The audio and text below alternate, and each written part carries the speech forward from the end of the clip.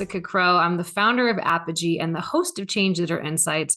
And I am really excited. Today, I have here with me Renelle Everett Darr. She is the founder of InSight Coaching and Consulting and the host of Conscious Insights Strategies for Leadership Evolution. It's a podcast and video series. Renelle, thank you so much for being here.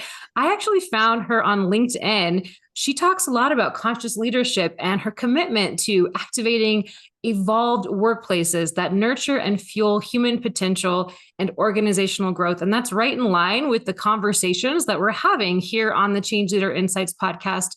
So, Renelle, thank you so much for being here. Can you tell us a little bit more about who you are and how you got to where you are? And then we'll talk about conscious leadership and some of the things that leaders should be thinking about as they're implementing strategy and developing themselves as leaders of people and projects and change. Yeah, absolutely. Thank you. It's so good to be here. And I love that we are both like the word insights. So we have Yeah. insights Yeah. in a lot of the names of things. So there's just it's such a powerful word. So a little bit about my background. Let's see. I started my career in the big consulting firms, and I Mhm. actually started my career in finance and accounting. And it's funny, people that know me often laughed out loud when they hear that, and not because of the thing itself, but just because of just my general personality. But for me, Yeah. it was great to experience that's the language of business. I wanted to understand that side of things, and I think I maybe unconsciously knew that I would get back to the other side so that I could be a holistic business person. Yeah. And That so makes sense. I started there. I wasn't in accounting very long. I transferred into consulting pretty quickly, and I worked for EY and Deloitte, and Hmm. I got to do just a broad range of work in telecom, IT, strategy, et cetera. And for anyone that has ever worked or heard of these firms, you come out at age 22 and you're immediately working with executives. And Yeah. sometimes you might just be making copies for something, but you're immediately in these organizations with executives. So it's quite the initiation into the business world. And as I grew up in that world, I saw so much of what the breadth of business. And then I went to United Way. So I took what would seem like a total shift, but I had done a lot of work at United Way with Hmm. the firms as a volunteer. And there is probably when some of my biggest change work started. So in the state of Yeah. Colorado, 20 plus years ago, we implemented um, 211, Colorado 211, and Health and Human Services number. And that was one of the biggest change Wow. things I really still think about it. And I didn't have the kind of training or knowledge or wisdom that I have now. And so that was also the school of hard knocks. And so that really got me, kept me in that area. And then I went back to a smaller consulting firm and concentrated mostly on change and strategy. And it was there in these large scale change projects that we were doing that, well, one, I was developing as a young leader. And so I had an executive coach. And I was also So helpful. so helpful. So Yeah.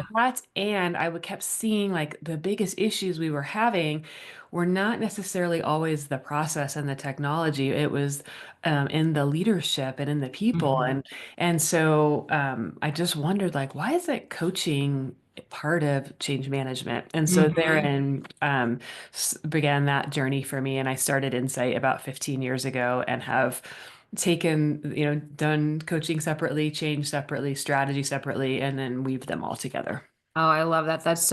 That makes a lot of sense to me. So I think where you're at now is a place that I'm excited to share with everybody today. You talk about on, the content that you're putting out there, the information you're sharing is you talk a lot about conscious leadership.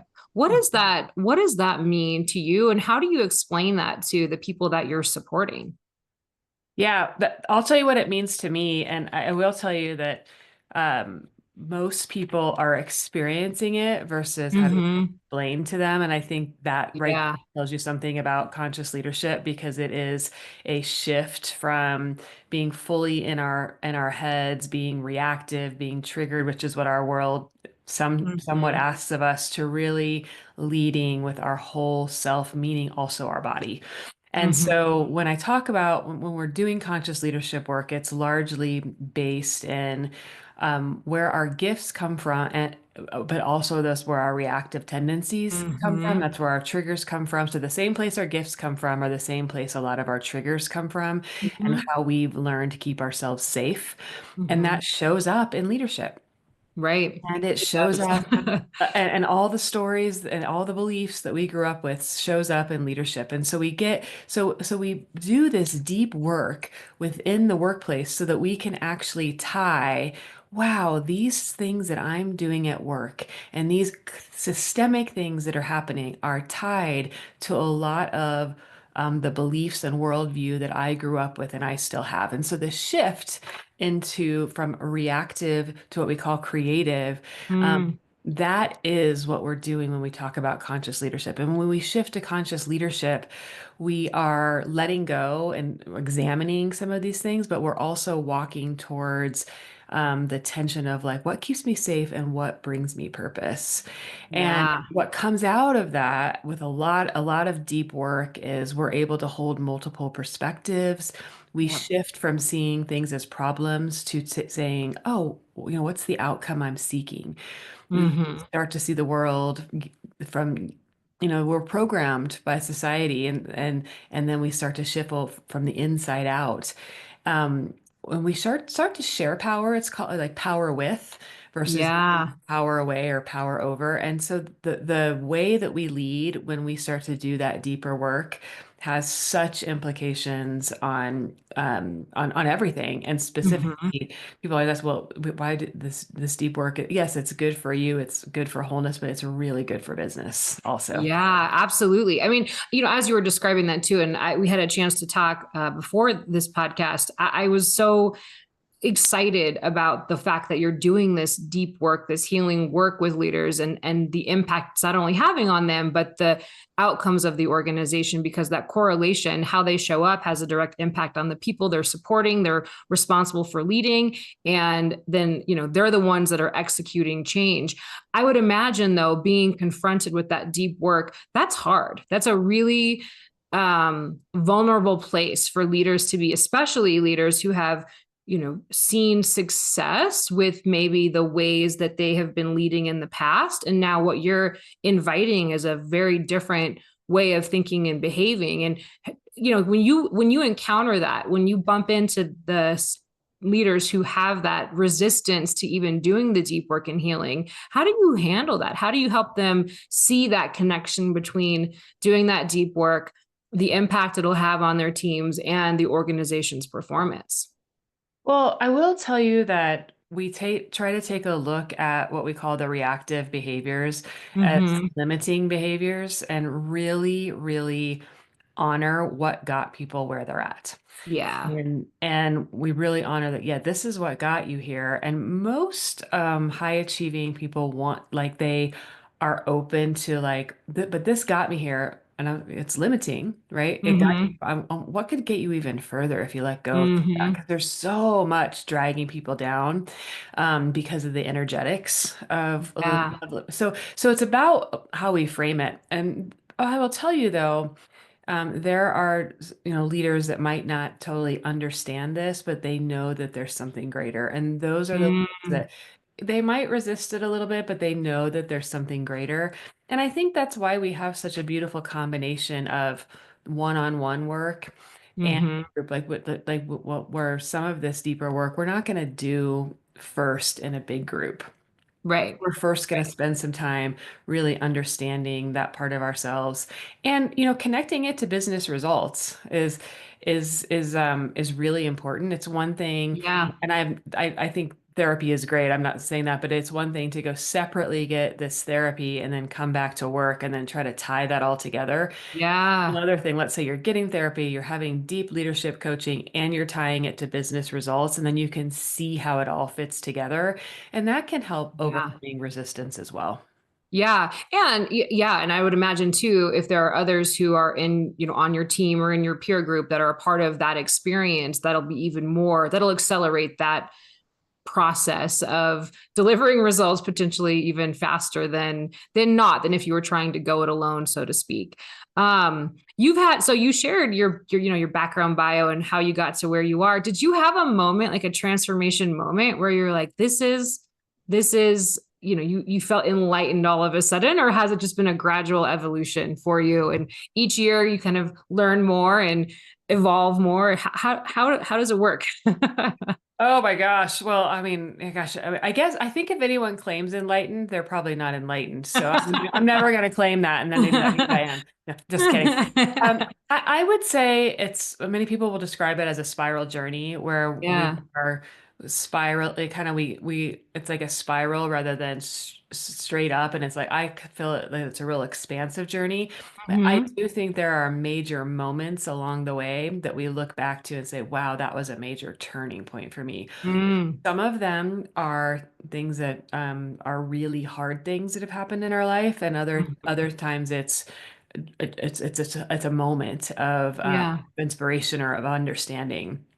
And so if I think back on my life, I think one of one of the first big kind of moments of transformation was when I took that leap from Deloitte into nonprofit. That felt Right. like a really big, scary thing for me as a young professional. And but there was this pull of purpose, right? I mean, Hmm. I didn't pay as much, et cetera. There was this pull of purpose and safety, and and so that was one of the first big leaps for me. Yeah. And then I think if I think the next big leap would have been when I mentioned that I hadn't the first executive coach. I Yeah. I was, leading big projects. I was a young leader, pretty smart, but pushing pretty hard. Hmm. And I don't think I truly understood what was really running the show was this Mm. perfectionism and what that meant. And so that was a huge leap in my consciousness and how I showed up and how I felt. Like I felt so different. And so Yeah. then, that led me to starting InSight, which was a pretty big deal to leave the confines of the work, the paycheck and start Right. your own thing, as you know. And so, and those were all before, I mean, I wasn't technically doing, I wouldn't call it conscious leadership or conscious expansion back then. And yet, yeah, that's what I was doing is Exactly. I was Yeah. having conscious expansions. And then when I got into this work and started doing the leadership circle is a main consciousness tool that I use. And I Yeah. started working on that in 2010. And that's when I started also getting really deep into my consciousness work. And I've had Mm. a lot of jumps along the way. And one of my favorite moments is when I finally figured out and discovered and had clients where we could combine this all together. It wasn't just Yeah. coaching and just strategy or just change. It was like, let me show you, let's work together of how your work as a leader shifts the system.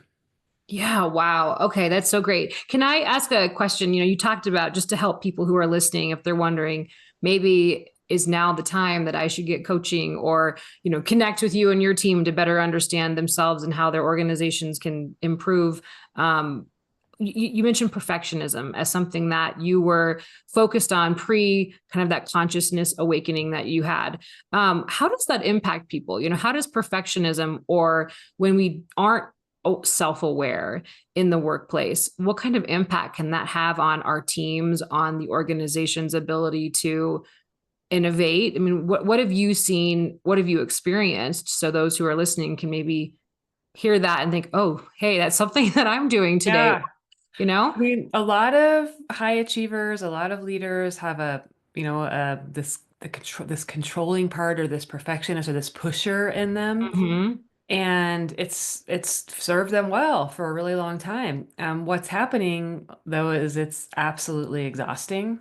Hmm. So when we're pushing ourselves so hard to be better, to get better results, and it's, maybe tied to like, I don't fully feel good enough.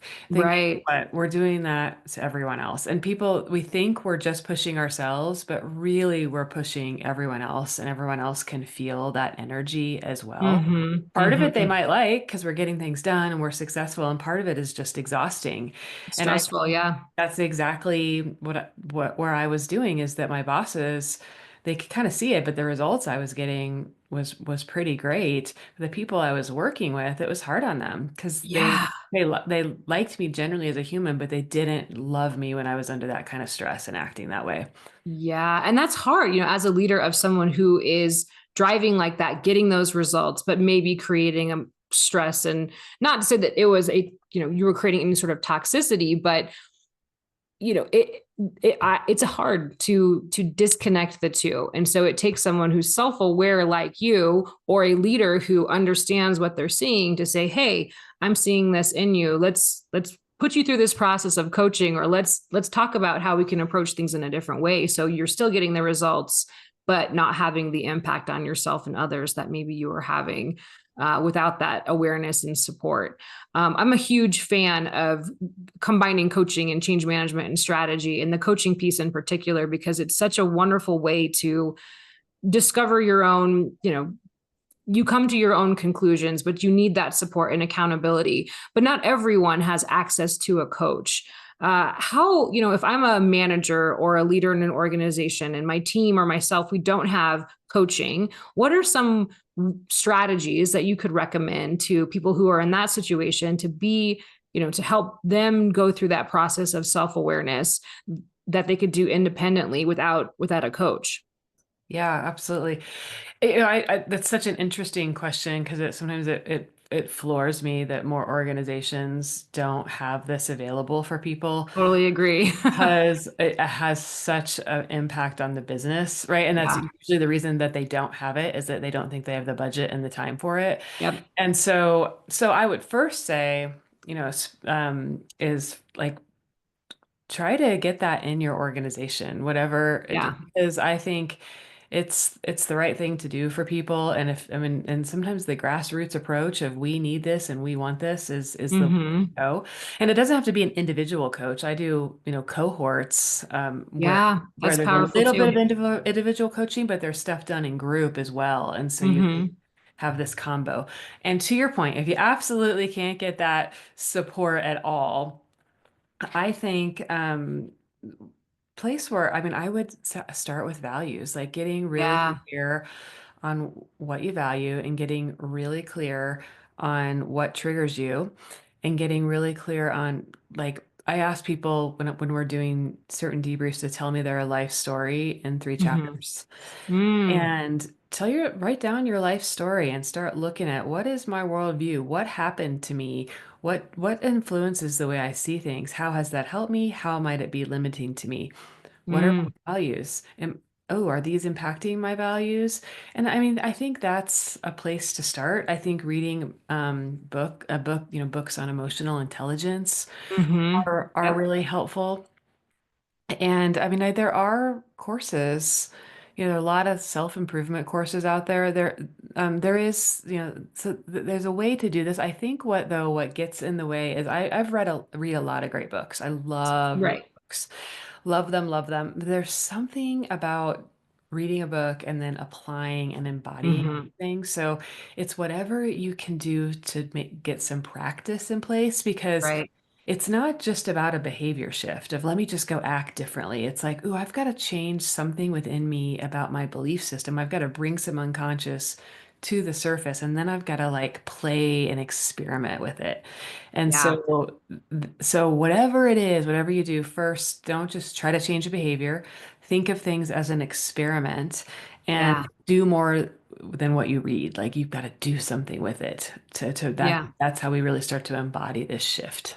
Yeah, thank you. That's very helpful for those who cannot invest or don't feel like they have the means. But I agree with you. I would love to see organizations really invest in coaching, not just their executives, but their middle managers as well, who there's a real, inability, I think, or a lot of people go into management roles without that training or awareness, and it's school of hard knocks, which is fine. And how much more potent and thriving could organizations be if they had that focus and support of coaching and developing earlier in the process too. So I would love to, I'd love to wave the magic wand and see more organizations invest Yeah. coaching for their leaders and individuals who work there.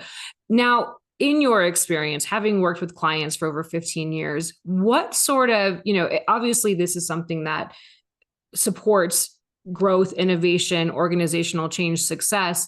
But do you have any examples of companies that have done, have gone through your process and have, like, how did it change anecdotally? How did it change their performance? How did it change, what ripples were sent throughout the organization as a result of investing in this capability that you were helping the leaders develop?